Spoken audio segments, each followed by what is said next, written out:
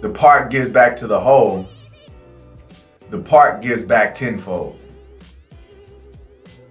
So when the whole is bigger than the part, and the part gives back to the whole, the part gets back tenfold. Right? So just put it into an example that anyone can use. When the world is bigger than us, and we just give back to the world and contribute to the world, we get back tenfold. You put good, when the world is just when it's bigger than just yourself, and you put out good into the world, then you're gonna get good back. Man, that's fire. You contribute to the world, and the world contributes back to you. Tenfold. Yeah. When you look at the most successful people, I mean, look, they get to a place of contribution, and when you just help enough other people get what it is that they want, and you just end up getting what it is that you want. It's different because a lot of people contribute when they do something, they expect something back. You're right. Right? They're doing something not because they just genuinely want to do it or they want to help this other person or because they want to contribute, right? They're doing something with the expectations of getting something back in return.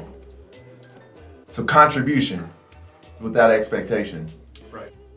I think about just like it doesn't even become like it's not just it's part of my person.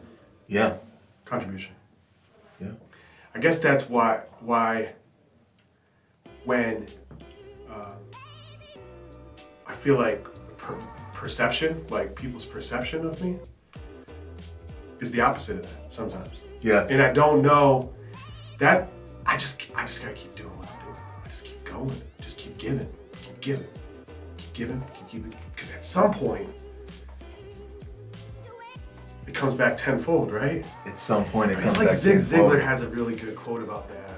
It's like, you help enough people make money, or how does that go? Like you help enough people get what get what they want, and you get what you want. By a byproduct, you get what you want. Yeah. Yeah. Contribution. Big deal. So you've been in this space, right? You've been in this space for a long time. Like you said, it's something that it's a principle of yours. It's a principle, and it's been a principle for a long, long time. Since I can remember. Okay, so and I guess the way that I've always framed it is, you'll never have an opportunity to say that you're worse off for knowing me or working with me or being part of my world. It's never going to take you back. It's never going to put you backwards. At the end of the day, I've lived by that since I was in high school. Like, I mean, that's always been my thing. Yeah. Like, it's always been my thing, is that you're not going to leave this space around me in a worse place than you started. Yeah. I mean, speaking on it, like I've seen it firsthand of you just pouring into people, knowing that you're not gonna.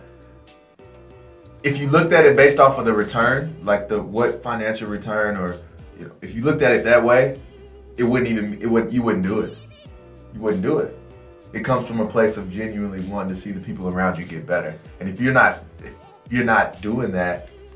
So let's talk about the other side of it, the flip side, contribution, right? This isn't about me, because the space around you don't want to be around people that aren't in that same mode, right? Like that, it becomes very tiring. Like it's very you can't allow people that are just there to take around in that space, right? Like you have to be able to separate from that. But let's talk about the opposite side of that. Like people that do things for themselves. Let's talk about people that do things for themselves, or what's the radio station? WIIFM. What's in it for me radio, baby? What's in it for me? What's in it for me radio? And when you look at the biggest organizations, not talking about business. I mean, we're just in the business space, but you look at the biggest organizations, churches, if you want to talk about business, Apple, Google, right? That's one of like the things that everyone comes from a place of contribution. The whole becomes bigger than the part, and the part gives back to the whole, and then the part gets back tenfold. That's what my thought is. Because I had this conversation about real estate, right? About real estate agents. I think if you want to look at an industry, like in the past, it was always like a solo thing. It was, the agent, their face was the business. Yeah. Their face was the marketing message, and the person was the business, the business in the entirety. Yeah. Like that was the whole. Yeah. So, and it's I had someone in our office this morning went through, like my breakdown of what the real estate business looks like financially. Why would someone get into it? Well, they get into it because they're going to make 3%, right? Mm-hmm. They don't take into account the expenses or the cost of sale that goes into it that comes out of the 3%. Mm-hmm. It's always just me. Like they're like, oh, well, I want to make money and I want to have freedom of time. And so if you look at an industry, I think real estate industry would, maybe it's just because I'm in it, is probably the most challenged with contribution. Yeah. What makes you think that? Because the whole is smaller. The whole is the person. It's like a single person sport, the difference between a snowboarder and a football team, right? Yeah. Yeah. I mean, they're one thing they still want to win. That, I want to throw into that too is that even that snowboarder has a team. True. Even that snowboarder has a team around them.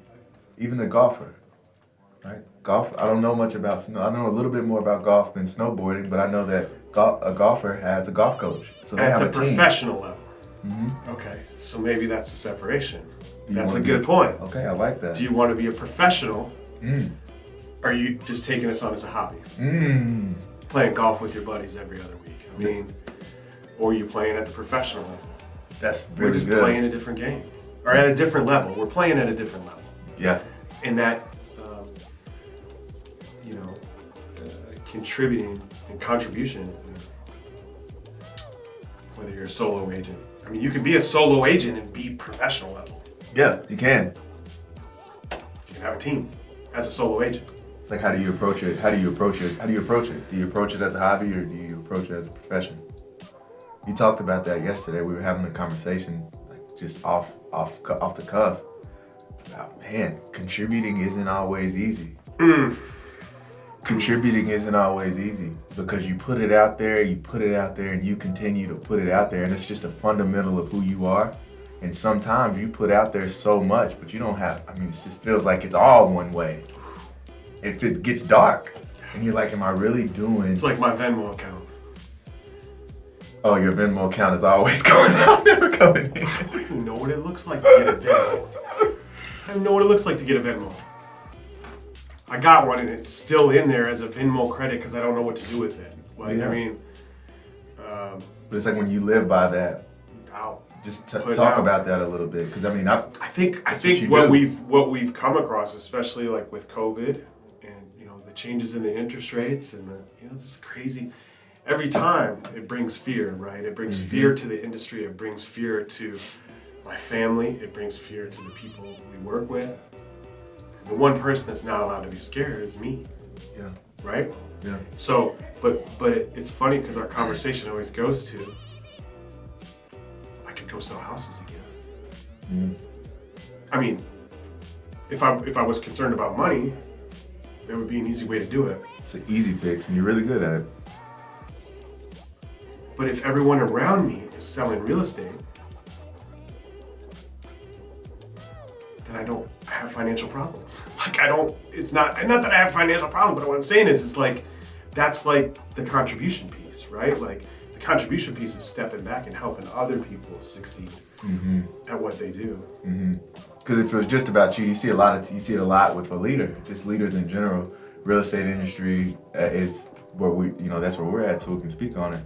But you see the team leader that's making multiple six figures of an income, not just 100,000, not just 200,000, but they're making multiples of hundreds of thousands. The top producer for their team, and they're still the top producer of their team, and promoting it. You know, and it's like, yeah, you're achieving great. You know, you're achieving great, and at some point that may flip, and you have people around you that you want to take to that next level. But contribution, helping other people get to where helping other people. Even when it's ugly, even when it's dark, even when it's painful.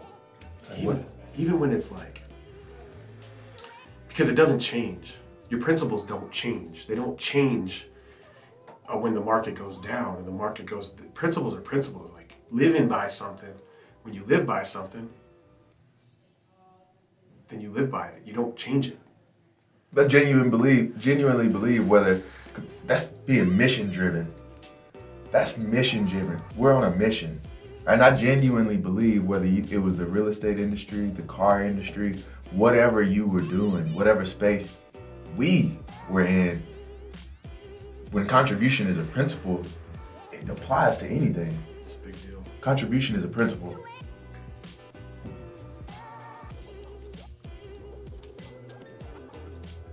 So how do we share that with people? How do we share who we are? It's a great question. How do we influence other people to live by that principle? Mm-hmm. How do you do that? It's about just doing it. It's doing it. You gotta be it. You can't talk about it. You gotta be about it. You can't talk about it. You can't, like, it's funny. Like, this is one of the things I do with social media sometimes. Just post on your Facebook page. Can you help me out? Can you spend 5 minutes of your time to help me out? See who responds. And see how many people will actually give you that 5 minutes after they already said they would publicly. They contribute publicly. They're all about the contribution when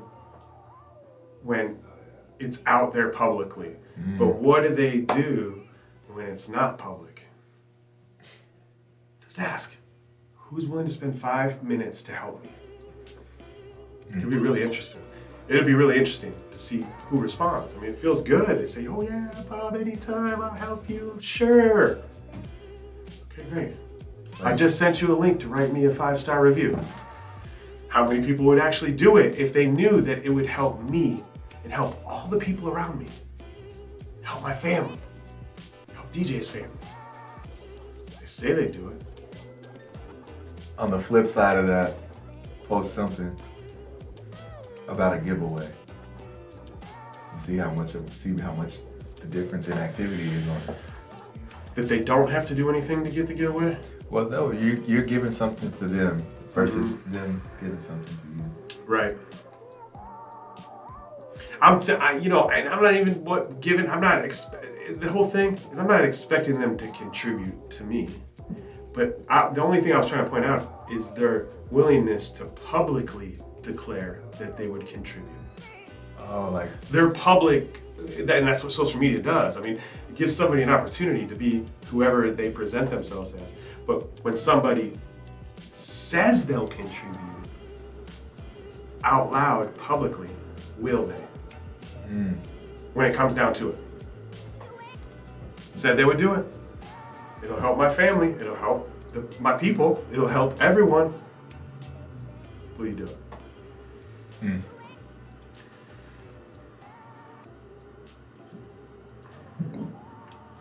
Principle, isn't it? Principle. Whether I lost everything today or I hit the lottery, I'm going to be the same. My principles will not change. Will you help people even when you know that you're going to get nothing in return? Because out of that contribution, that's where I don't know how many lessons I've learned as a percentage of the lessons I've learned in my life. Contribution has taught me a lot. It's like winning in life, isn't it? What makes you feel better than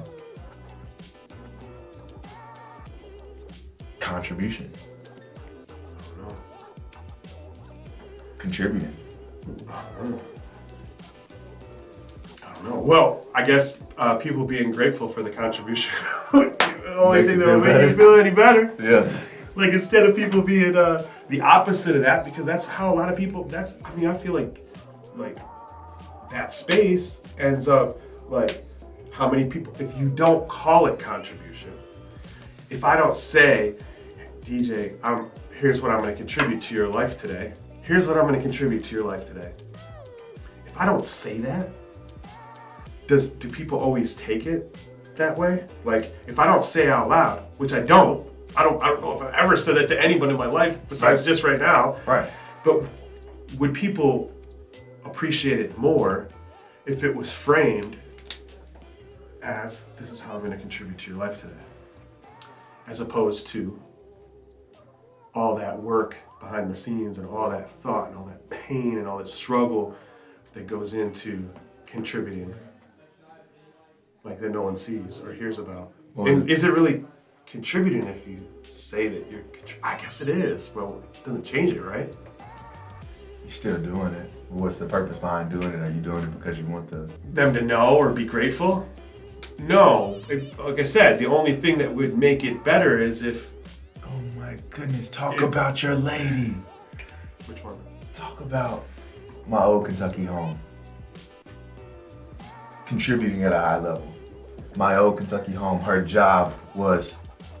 Oh, an angel. She was an angel for a church. I never even heard that before. It wasn't a church, it was like a nonprofit organization that donated vans to churches that were struggling, paid people's mortgages off, paid people's mortgages down, made payments for people, and never took credit for it. She was the one that handed the keys to the church and said, someone wanted to make a car, it never even said the foundation, like, we're making a contribution to your church.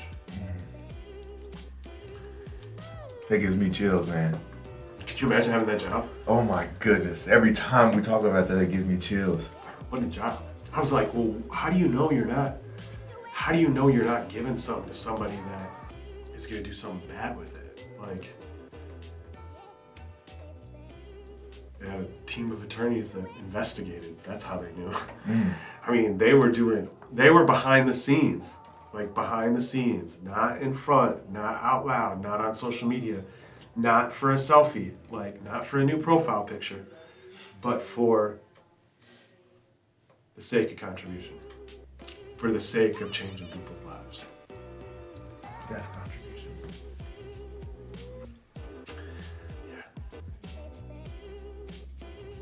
Yeah. People were grateful. How are you going to contribute today? I mean, that's not even a question, right? It's not even a question because we're contributing all day, every day. Our personal growth is contribution. I agree with that. Our conversation is contribution. Like, watching some reels from the last conversation we had, like, man, we have such good conversations. People don't understand, that's the contribution that we're making, is we're thinking about topics like this.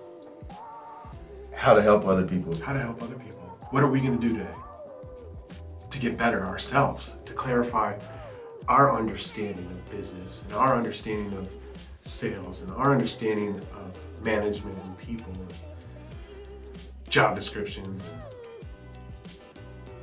growth. I'm gonna say it because it's different coming from someone else. You say it all the time. And I don't know if it's ever been recorded that you say every day I wake up, and this has just been in one-on-one conversations, not to groups, just me and you. Every day I wake up thinking, how can I eliminate all of the obstacles out of people's way to help them get to where they want to be? Oh, you left something out. Oh, see, I don't need an alarm clock. Like, that's what gets me. That's why my feet hit the floor in the morning with no alarm clock. They hit the floor 5:30 a.m. Like I have an alarm clock, but that's why they hit the floor. Sometimes earlier, because it's the thing in my head going off saying, what am I going to do today to make it easier for everyone? Eliminate the excuses for the people around me. Eliminate excuses, roadblocks, obstacles, any barrier in the way. Skill levels. Yep. Because for people like you, there's people that have less of a struggle with realizing opportunity.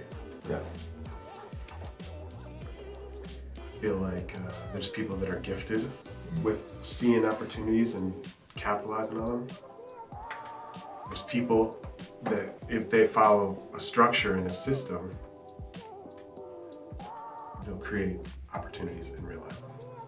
It's like also, again, it goes back to when the whole is bigger than the part, and the part gives back to the whole, then the part gets back tenfold. If you come in and it's someone that contributes and you, anywhere you go, it doesn't, I'm not just talking about in our space, but anywhere you go, if you go in thinking, how can I help other people? How can I help this person? Rather than what's in it for me. See, the money part, that's where the conversation went. It's like money.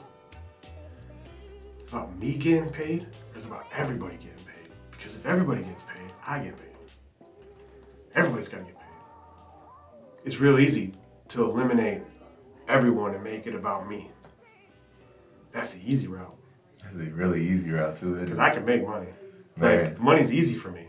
Flip a switch and go sell some houses. Whew, easy. Sell houses, I'll figure out how to sell anything. I love helping people get what they want. Sales is natural for me. But unless the people around me. Let's talk about that. The contribution in sales. How being well-trained, personal development, having systems in place, how does that contribute to the marketplace in sales? First, you gotta define sales. Let's define sales. What does sales mean to you? What's the dictionary say? My definition of sales is getting people what they want. And the reason why I have a definition for sales is because I've heard people use the word salesy before. And I'm like, well, what does that mean? Like, my definition of sales is helping people realize, well, first of all, they have to realize what they want, and then helping them get it. Where the skill level comes in is learning to ask questions and listening. That's how you contribute in sales. Because that's where, someone asked me today, why would a house expire? Well, a house expired because someone wasn't skilled enough to help the person that's selling their house realize what they really want. Sometimes you say salesy, sometimes you have to be pushy to help people get what they want because they're getting in the way of themselves. And like in a case where you're working with an agent that isn't skilled, well, then the person that's selling their house is the one in charge because the agent isn't confident enough or skilled enough to help that person selling realize what they really want. Our contribution to the marketplace is helping people get what they want. Helping people get what they want. Helping our clients get what they want. How many? The year we sold 39 expired listings. 39 expired listings. That's 39 families. It was the year before COVID hit, and the market tightened up. If you just listen to what are you selling the? Are we helping them because we want to truly help them get to where they want to be, or are we helping them because we want that commission check? It doesn't work that way. Because if you just want the commission check, when it's time to have that conversation, or any of those conversations, if the only reason you're doing it is for the commission check, you're gonna have to figure out how to have the conversation. You're gonna have to figure it out. You're gonna have to skill up anyway. Whether you're doing it to help people or whether you're doing it to make money, if you don't have skills, there's people that home sellers that will outsell you. They're outselling you. not benefiting them to outsell you, but that's what they're doing. They're outselling you, and you're letting them. Contribution to the industry. Contribution. Sales skills. Okay. All right. Yeah. There's a bunch of stuff in here. This is good. Yeah. Go ahead and contribute. Wrap this up. Yeah. And if you watch this whole video, that's awesome. I mean, if there's a topic you'd like us to talk about, put it in the comments or tell us what you feel, how you feel about contribution and what it means to you. Till next time.